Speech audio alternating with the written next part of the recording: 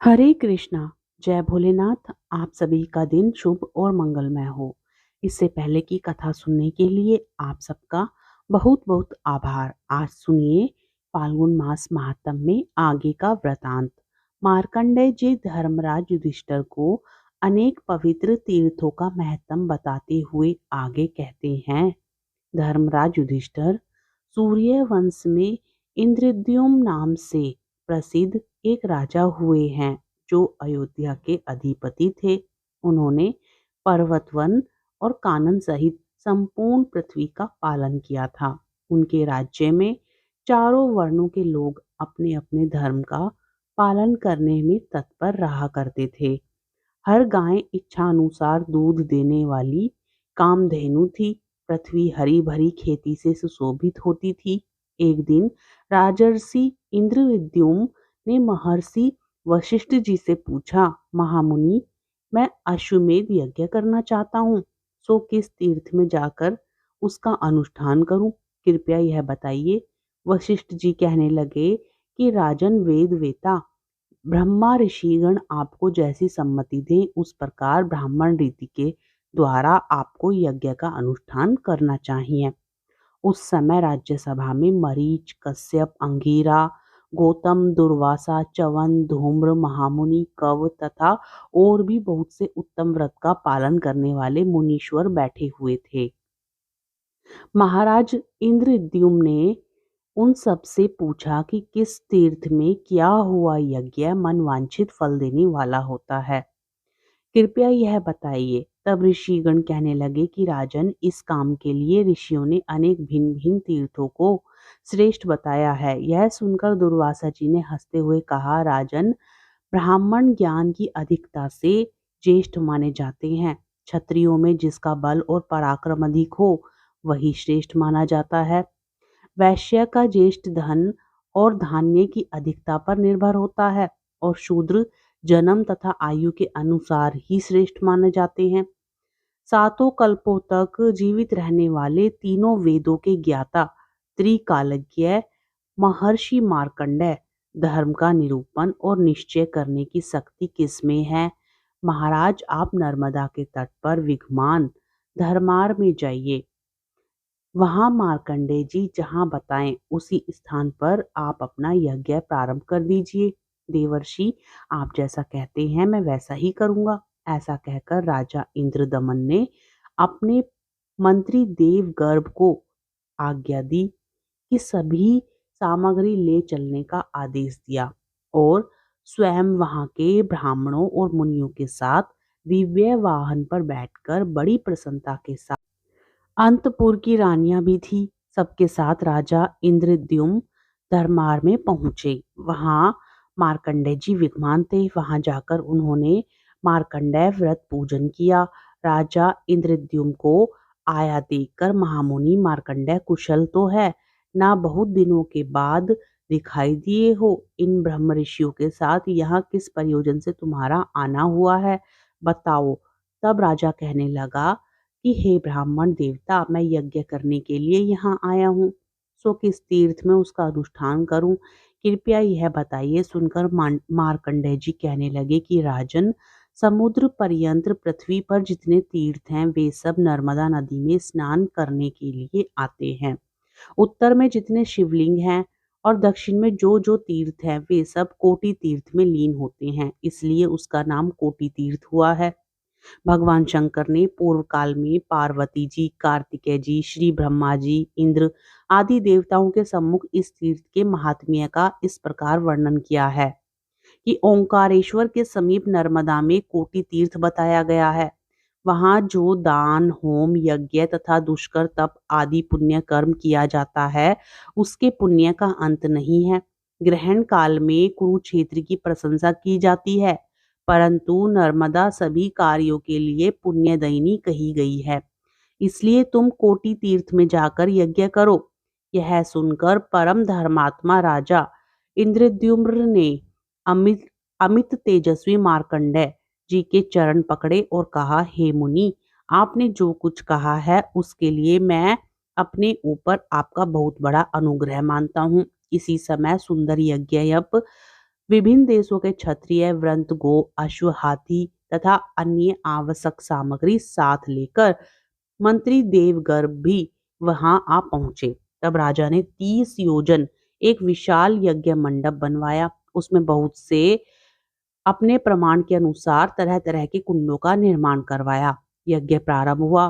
वेद मंत्रों के उच्चारण की ध्वनि से भूमि और आकाश का मध्य भाग गूंज उठा। सूर्य के समान तेजस्वी अग्निदेव अपने धूम रहित स्वरूप से प्रज्वलित हो रहे थे।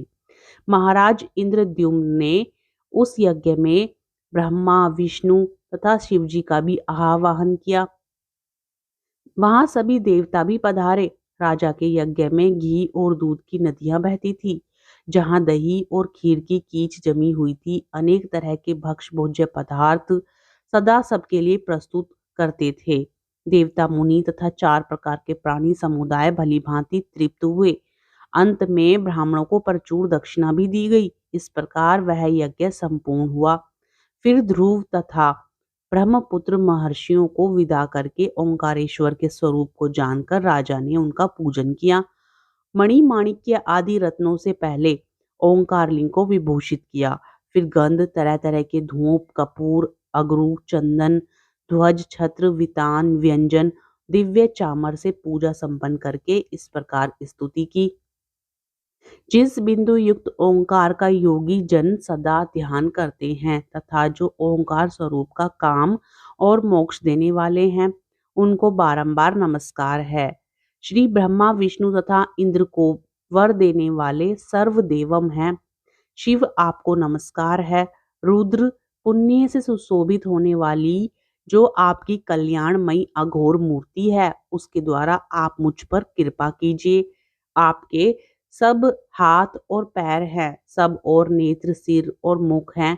लोक में सब और आपके कान हैं और आप सबको व्याप्त करके स्थित हैं। आपको नमस्कार है। इस प्रकार स्तुति करने पर ओमकार लिंग के मध्य भाग में एक दूसरा लिंग भी दिखाई दिया, जो प्रज्वलित काला गम के समान कांतिमान हो रहा था। उसने राजा इंद्रदिम से कहा कि राजन, तुम्हारा कल्याण हो। तुम्हारे मन में जो भी इच्छा हो उसके लिए वर मांगो। तब राजा बोले, देव, वहां यज्ञ पर्वत पर देवद्रोणी में भगवती पार्वती के साथ पूजित होकर आप सदा निवास कीजिए। हे देव देवेश्वर, इस तीर्थ में जो अपने प्राणों का त्याग करे वह शिवलोक में जाए। तब भगवान ओंकारेश्वर कहने लगे, हे राजन, तुम्हारी ये सब मनोकामनाएं पूर्ण हो। ऐसा कहकर वे अंतर्ध्यान हो गए। उन्हीं के साथ अन्य देवता भी अपने अपने स्थान को चले गए। भगवान शंकर कैलाश धाम को चले गए। राजा इंद्रद्युम्न ने वहां 4 प्रकार के प्राणियों को सुनाकर कहा कि तुम सब लोग मेरे यज्ञ के प्रभाव से निरोगी हो जाओ और सभी तृप्त रहो। इसके बाद राजा इंद्रद्युम्न ने साष्टांग प्रणाम करके भगवान श्री विष्णु की स्तुति की।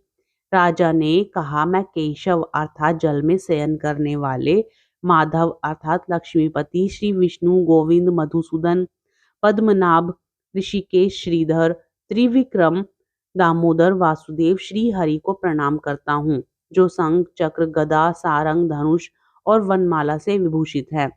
संपूर्ण लोकों के रक्षक, जगत के स्वामी, लक्ष्मी जी के पति तथा सर्वज्ञ में श्रेष्ठ हैं।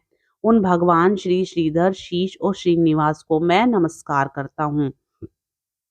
हे अच्युत अनंत यज्ञेश, यज्ञ आपको नमस्कार है। रिक्त, साम, अथर्व और यज्ञ स्वरूप आपको नमस्कार है।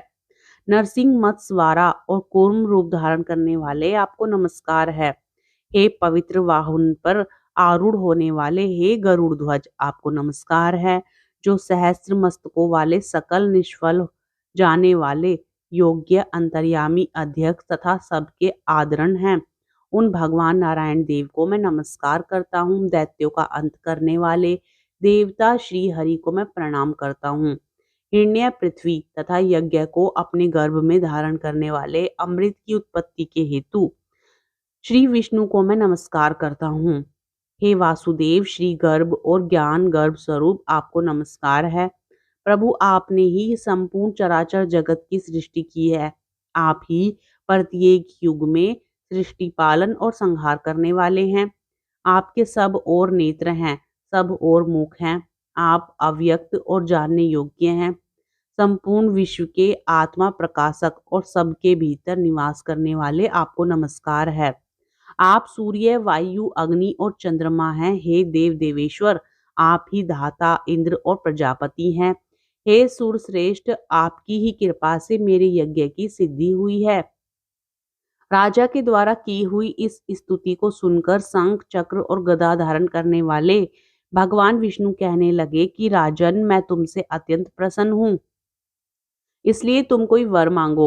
राजा बोले, ओंकार लिंग के उत्तर भाग में वेदरीय पर्वत की चोटी पर हे प्रभु, आप जनार्दन लिंग के रूप में निवास कीजिए।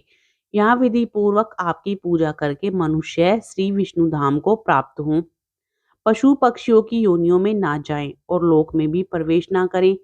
यहाँ प्राण त्याग करने पर मनुष्यों को आपके परम धाम की प्राप्ति हो और इस तीर्थ में पितरों के निमित्त अन्नदान करने पर वे पितृ आपकी कृपा से विष्णु धाम को प्राप्त करें।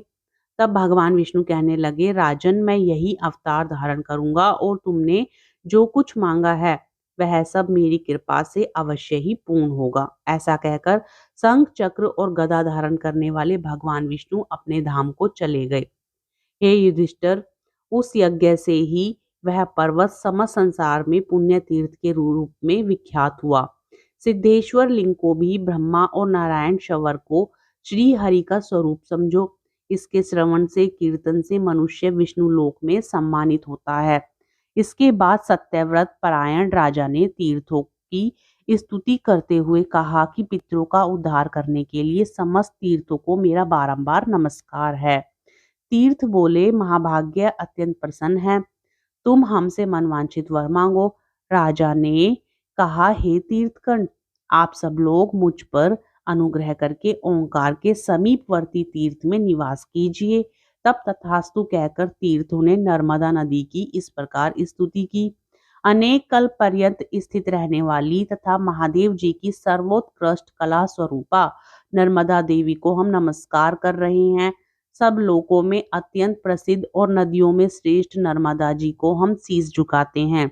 देवी, हम तीर्थों के प्रभाव से नहीं किंतु स्वभाव से ही परम पवित्र हैं। ठीक उसी तरह जैसे भगवान सूर्य की प्रभा और अग्निदेव की कांति पवित्र होती है। नर्मदा जी की स्तुति करके तीर्थों ने राजा से कहा, राजन, जैसे चंद्रमा की कला पवित्र होती है उसी प्रकार से महानदी नर्मदा भी है। ऐसा कहकर सब तीर्थ देखते ही देखते अंतर ध्यान हो गए। फिर राजा इंद्रद्युम्न ने अर्घ देकर श्री गंगा जी की स्तुति की। गंगा, भागीरथी, देवी भोगवती, शुभा, जानवी, मोक्षदा, भद्रतारिणी और पापनाशिनी इत्यादि नामों से प्रसिद्ध गंगा जी को मैं नमस्कार करता हूँ।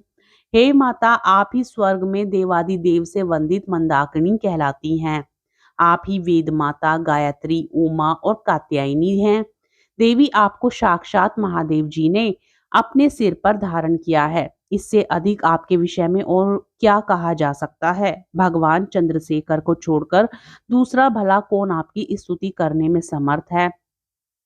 तब इस स्तुति से प्रसन्न हुई गंगा जी ने कहा, महाराज, मैं बहुत प्रसन्न हूँ, तुम कोई वर मांगो। राजा ने कहा, हे देवेश्वरी, आप सदा यहीं पर निवास कीजिए, बस मेरी यही इच्छा है। सुनकर गंगा जी कहने लगी, हे राजन, ऐसा ही होगा, मैं अपने एक अंश से सदा यहीं पर प्रवाहित होंगी। ऐसा कहकर गंगा जी अपने स्थान को चली गई। इसके बाद इंद्रद्युम्न ने नर्मदा देवी की स्तुति की। हे देवी, आपके जल के प्रभाव से मैंने देवताओं और पितरों को संतुष्ट किया है। आपने चराचर प्राणियों सहित समस्त त्रिलोकी को पवित्र किया है। आप संपूर्ण प्राणियों की माता और मनुष्यों को संसार सागर से पार उतारने वाली हो। महादेवी, मेखला, कल्प, नर्मदा और जलपूर्णा इत्यादि नामों से विख्यात होकर आप विंध्य पर्वत की शोभा बढ़ाती हो। सुबह सहस्त्र वर्षों तक आपकी स्तुति में संलग्न रहने पर भी भला कौन आपकी स्तुति कर सकता है। इस रोष से संतुष्ट होकर नर्मदा जी ने कहा, राजन, तुम क्या चाहते हो, कहो, मैं तुम्हें वह वर अवश्य दूंगी जिससे तुम सिद्धि को प्राप्त होगे। नर्मदा जी का यह वचन सुनकर ब्राह्मणों सहित शिव भक्त परायण राजा ने हंसते हुए कहा, देवी, आप मुझे वर देना ही चाहती हो तो अपने दक्षिण तट से लेकर उत्तर तट तक 7 धाराएं कर लीजिए। नर्मदा जी बोली, राजन, मेरे प्रभाव और कृपा से यह सब समर्थ है, सब कुछ संभव है, यह सब हो जाएगा। इस बीच में जो कुछ दान दिया जाएगा उसका पुण्य भी असंख्य होगा। दान देने वालों का पुण्य इस संसार में दोबारा जन्म नहीं होगा। शूद्र, चंडाल, मृग, पशु और सर्प आदि भी नील गंगा संगम में स्नान करने या प्राण त्यागने पर स्वर्ग धाम को जाएंगे। इसके बाद नर्मदा जी को नमस्कार करके राजा इंद्रद्युम्न अपने वाहन पर आरूढ़ हुए और सहस्त्र राजाओं के साथ अपनी राजधानी देव निर्मित पूरी अयोध्या को चले गए। वहां बहुत लंबे समय तक राज्य करने के बाद अंत में स्वर्ग लोक में गए। हे धर्मराज युधिष्ठिर, यह प्राचीन इतिहास मैंने तुम्हें सुनाया। जो इसे कहते हैं और सुनते हैं वे कभी यमलोक नहीं देखते और कभी पाप योनि में भी नहीं जाते। जय भोलेनाथ। आज की कथा में बस इतना ही। इसके आगे का वृतांत आप सब आगे आने वाले अध्याय में जरूर सुनिएगा।